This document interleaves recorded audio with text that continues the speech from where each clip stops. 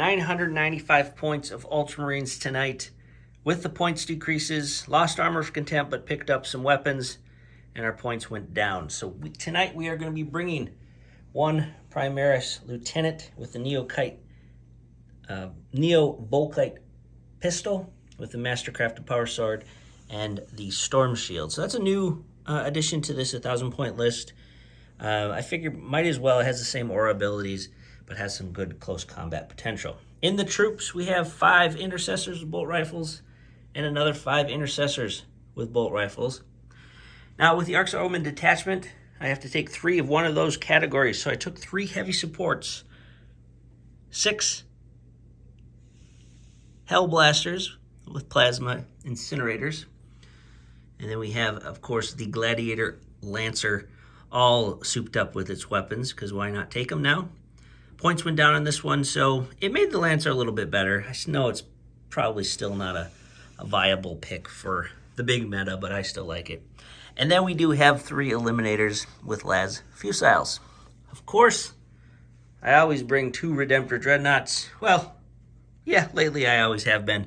They are, again, all souped up with their weapons. Icarus Rocket Pods, Macro Plasma Incinerators, Storm Bolters on the chest mounts, and the underslung Gatling Cannon. So that is that, people. 995 points of Ultramarines. Let's see what Chris is bringing with the Adepta Sororitas. All right, here we have a Adepta Sororitas army, 996, I think it is. Ebon Chalice. They've got Divine Guidance and the Passion, and they're being led by Morven Val. That was Christmas present that I was pretty pleased with. Still working on her.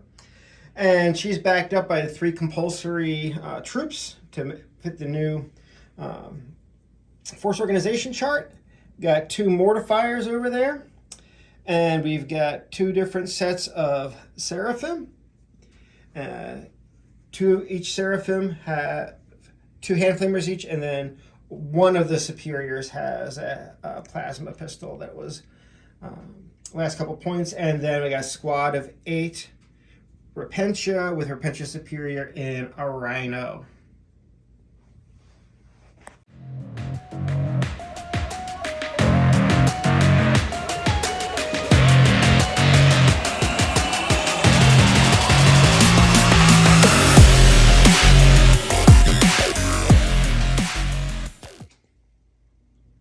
All right, so here is the board setup for the Adepta Sororitas and Ultramarines. We are playing the diagonal deployments here.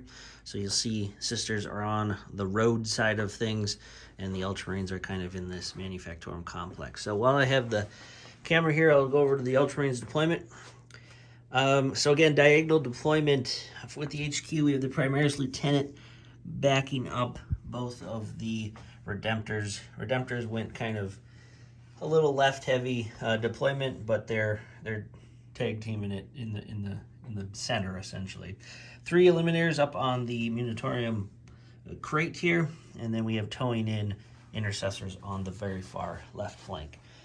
The Gladiator Lancer is kind of back in the deployment, but he's had some range anyways, firing down this big road, some line of sight stuff. And then we have 1 unit of 5 intercessors off to my right flank. In the big industrial structure is the unit of 6 Hellblasters, kind of left-right. But with this really big line of sight blocking in the middle, people are going to have to go around it or through it. So on the sisters side, what do we have, Chris? We got a squad hanging on to this objective, which is key for this mission. And then the rest of the guys or gals are clustered towards the middle. I got my Repentia, the Rhino, my Warlord, Mortifiers, and squad's going to be following up them, try to get to the middle, start grabbing some stuff. Far other side, I got 1 squad, and I got 2 squad of Seraphim in Deep Strike. That's deployment. Let's get to the roll-off for first turn.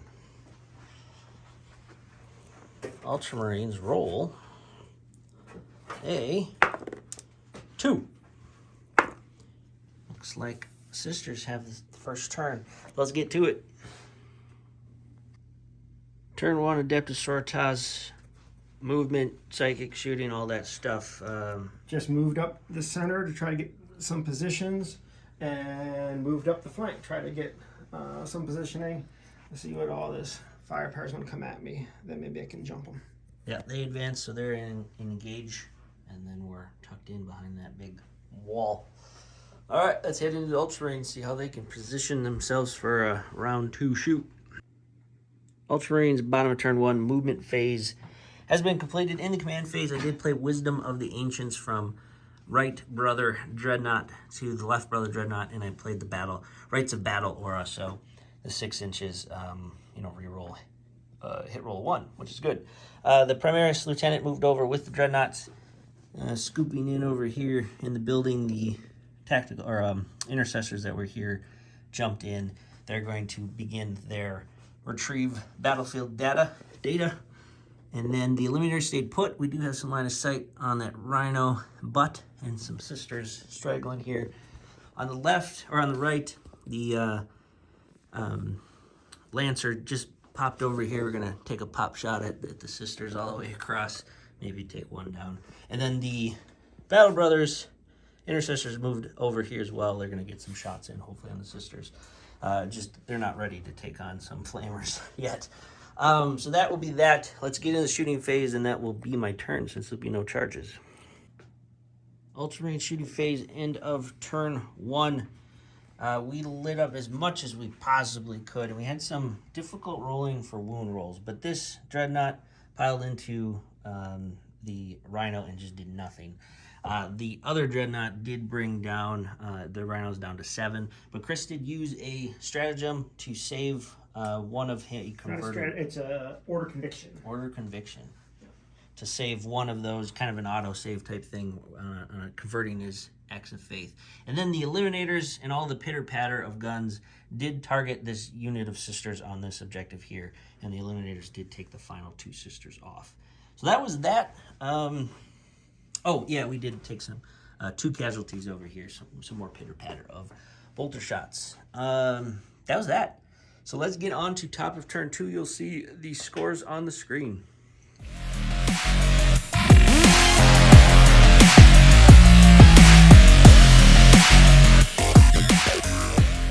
Adepta Sororitas, end of movement turn. They have sprung their trap.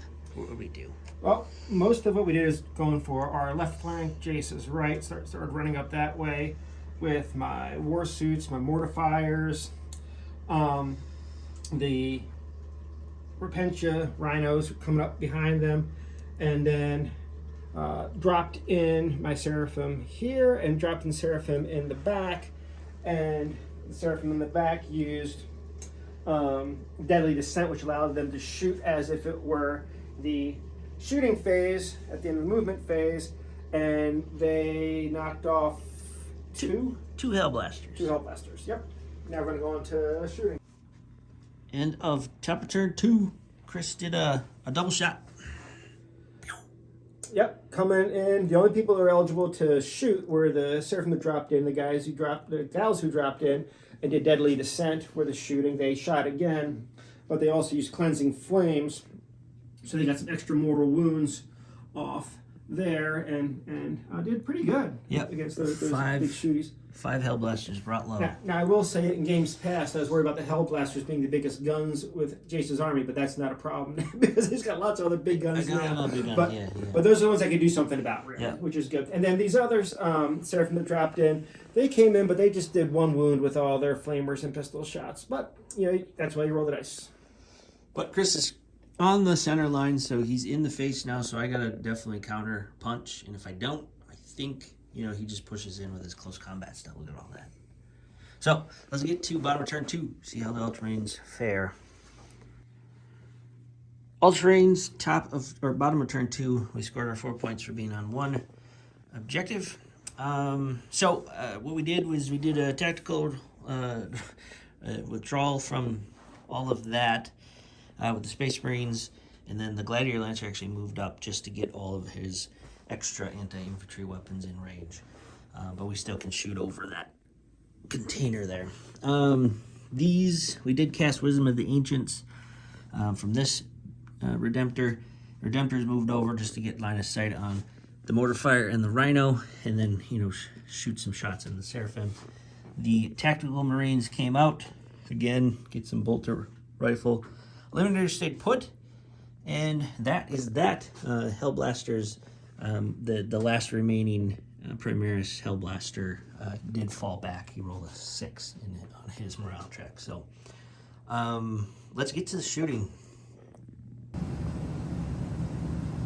Bottom of Ultramarine's turn 2 did as much shooting. We started over here and there was a lot of split firing and everything, but essentially we did play the Wisdom of Ancients, which helped out.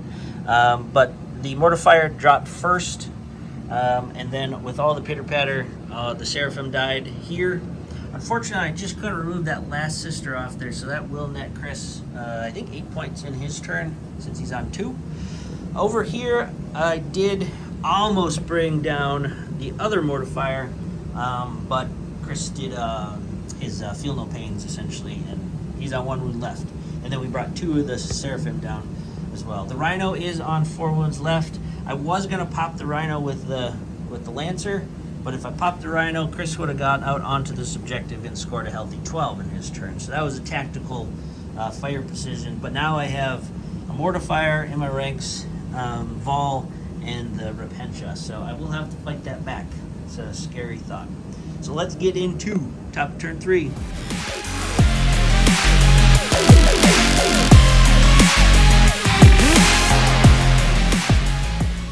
Top of turn 3, Sisters moving phase. Mortar fire's moving up to try to keep them occupied, at least be something to shoot him. He had a really good healthy roll for his advance, so he's moving up. Mortar fires aren't penitent engines, so they can't advance and charge. But here he is, being a distraction. The crippled Rhino had a good advance roll, moved up there, sitting on the objective. Morven moving up behind. The Seraphim that were surviving over here, they did Angelic Ascent. They can come down next turn. And the one girl over on the other objective is just sitting there, thumbing her nose. All right. So there's some shooting, right? Yeah. Yep. So let's get to the shooting phase. Shooting phase of the Sisters. Morven Vol was trying to shoot the Dreadnought. I'm always afraid of shooting the Dreadnoughts because they're so hard to get through. Well, it wasn't the Dreadnought's fault this time because she rolled a lot of 1s on her wounds. So did decent amount of hits, but not really good wound rolls. So nothing happened. But our sister over here with her bolt gun, she's holy. Shot at the same Dreadnought and did a wound. Did a wound to the Dreadnought. I like that. I like that one over there. So, all right, let's get into. But Chris did score healthy points this time. I know there's not a lot of casualties, but 12 healthy points. Actually, 13 with the mission rule. So good amount of points. So let's head into bottom of turn 3. Ultramarines. Phase scored 4 for being on the home objective there, plus another 1 at the end of the turn. Intercessors moved out. Tank moved back just to get some clear shots. Eliminator stayed put. Intercessors on the home objective did fan out just a touch. Redemptors decided to move out to take on some things. And we'll see what happens. The lieutenant moved kind of center just to provide his aura. So we did play 1 point for Wisdom of the Ancients for that 6-inch reroll hit rolls of 1. Let's get to the shooting. Ultramarines finished the shooting phase. Big cloud of smoke. As the smoke clears, there's not much left alive, unfortunately, for the Sisters. So the Rhino popped, subsequently just unleashed on all the Repentia, and they died. And then the last Eliminators finished off the Sister Repentia. We did try to shoot at Morgan Vol. Morven. I don't know, Morgan, Captain Morgan. But the Lancer did shoot everything at her, and he just whiffed. And then, unfortunately, I'm sad to say, the Holy Sister that had survived and done a good job in this battle did die to Stormbolters. So that was the turn. Very deadly shooting phase. Let's get to turn 4.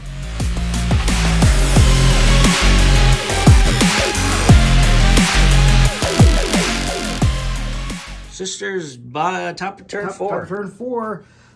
Morven stayed put.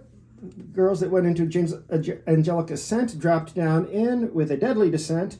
And they had some pretty effective hand flamer fire onto the dreadnought that was there, and then Morven Vol just took all our stuff and shot him up, and I think it's the first time I've killed one of those dreadnoughts in I don't know how many games. It just feels good no matter what else happens. Heck yeah, and you scored another healthy 13 points because you're on the 2, and then more than you, more than me. So sisters are still bringing in the points. Let's get to Ultramarines. Ultramarines had 2 targets, concentrated on the Seraphim, brought them down to open up some shooting as much as possible on Morvenval. I did bring her down, and Chris played Divine Intervention. Divine Intervention. So she came back with 3 wounds remaining. So it's Chris's turn. Yeah, let's get to we're at the end.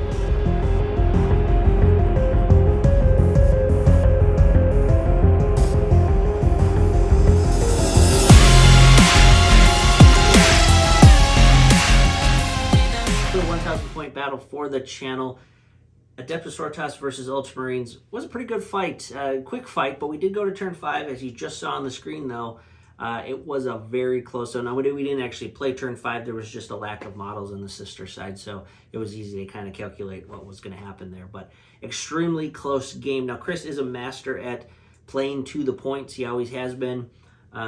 Just maximizing the points as much as possible, even while taking a beating, really on the battlefield.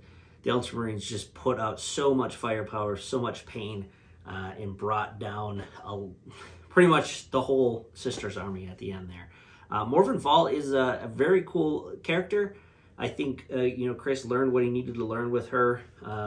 There was a couple turns there the dice weren't just going for her on her dice rolls, but ultimately brought down a Redemptor Dreadnought, which was, like Chris said in the battle port, a victory for the sisters. But Ultramarines take the win on this one.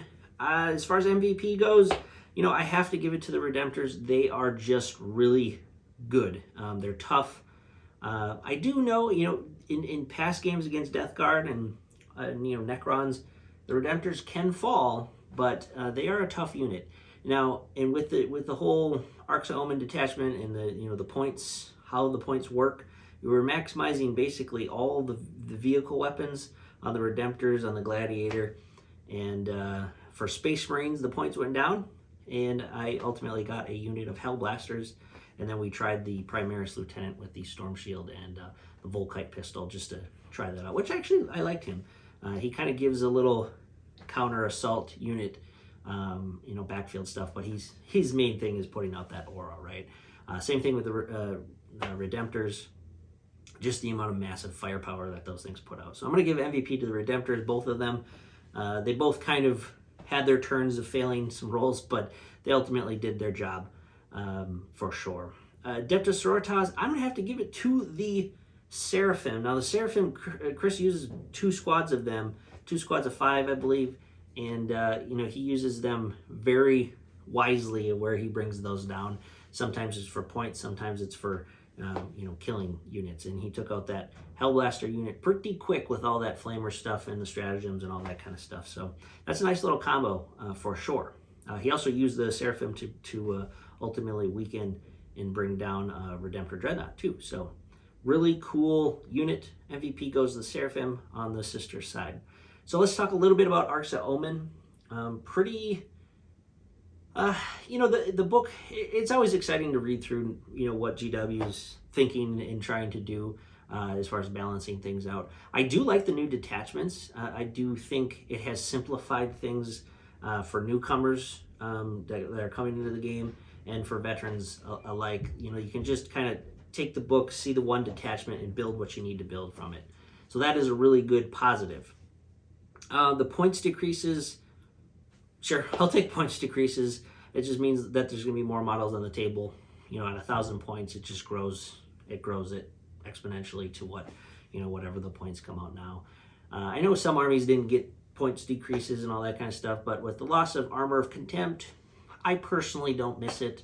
It's one less thing I have to kind of compute. And I guess for our mini meta, a lot of the armies we fight all had Armor of Contempt, so it really never, it was kind of just a another thing to compute in your head when you're shooting and all that kind of stuff. So I don't miss it. I don't know how it affects the main meta. I'm sure it does. There's Space Marines. Space Marines are kind of always in the middle, right? They sometimes get up to the top, sometimes they dip down a little, but they're in this kind of middle world of where they exist in the GW realm, right? I'm all right with it. It works. Sisters of Battle, I think it did hurt the Sisters of Battle, Adepta Sororitas, just by they're pretty squishy units to begin with. With the 3 tough T3, they could have.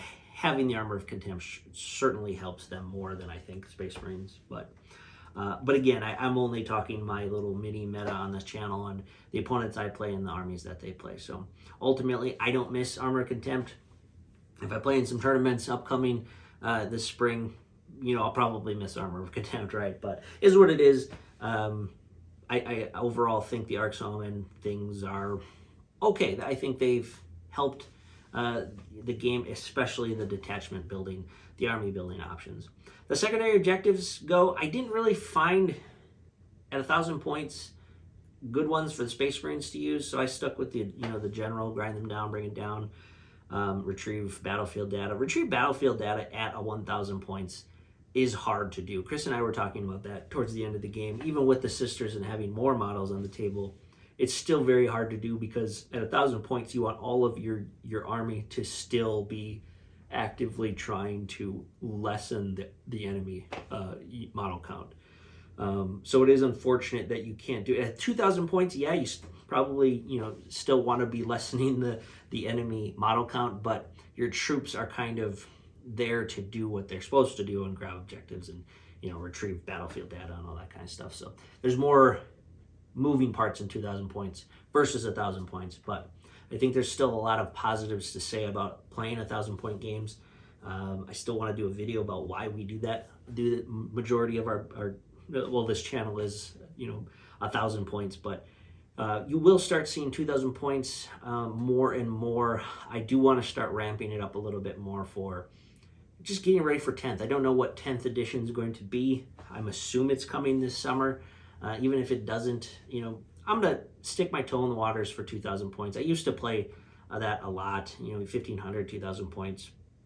But it's a time sink too. It is. So, but talking about tonight, that was a fun battle. Thank you for watching. Like and subscribe. I'm glad we're back. We kind of had a little bit of a break during the holiday season for a bunch of different reasons. Life, Papa Nurgle visited me with some sickness, but we did some traveling and vacation time as well. So that's why we were away, but we're back. We're ready to play some more games. Arks of Omen, I think, should be enjoyable. I don't think it's huge game shifting stuff here, but towards the end of edition, let's just keep having fun and rolling some dice.